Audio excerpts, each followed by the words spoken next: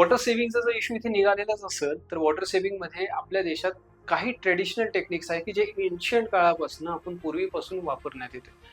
त्यातल्या काही टेक्निक्स आपण डिस्कस करूयात की जसं की लडाखमध्ये वॉटर सेव्ह करण्यासाठी वॉटर हार्वेस्टिंग करण्यासाठी झिंग नावाची एक टेक्निक आहे. आता झिंगचा अर्थ काय आहे बघा, की ज्यावेळेस हिमालयन रिजन मधून तिथून ग्लेशियर्स जे जमिनीकडे व्हायला लागतात, तर ग्लेशियर ज्यावेळेस जमिनीकडे व्हायला लागतं तर ते जे पाणी असतं हे सॉलिड कंडिशन्स मध्ये असतं. आता हे जे मेल्टेड वॉटर आहे, ग्लेशियरचं पाणी वितळायला लागतं, ते वितळलेलं पाणी जमिनीत मुरणार आणि हे जमिनीत मुरलेलं पाणी जे आहे हे एका ट्यूबवेलमुळे ज्यावेळेस कनेक्ट करतो, तिथून आपण कलेक्ट करतो, त्याच कलेक्शन पॉइंटला आपण झिंग म्हणतो. Zing it's related to glacier water harvesting system of the Ladakh. त्याचप्रमाणे राजस्थानमध्ये बावली सिस्टीम आहे. बावली म्हणजे की तिथे पाण्याची इतके दुर्भिक्ष आहे की तिथे स्टेप वेल सिस्टीम्स तयार करण्यात आलेली आहे आणि त्या स्टेप वेल सिस्टीमलाच आपण बावलीज किंवा बावरीज किंवा खादीज किंवा धोरा अशी सिस्टीम्स मध्ये कन्सिडर करण्यात येतो.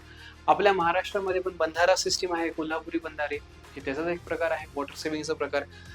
जर तुम्ही तामिळनाडूमध्ये गेला तर प्रत्येक टेम्पलच्या आजूबाजूला तुम्हाला एक टँक्स दिसतात, त्याच टँक्सला ते एरी टँक्स वगैरे म्हणतात. सो प्रत्येक देशाच्या कानाकोपऱ्यामध्ये वेगवेगळ्या प्रकारची सिस्टीम आहे.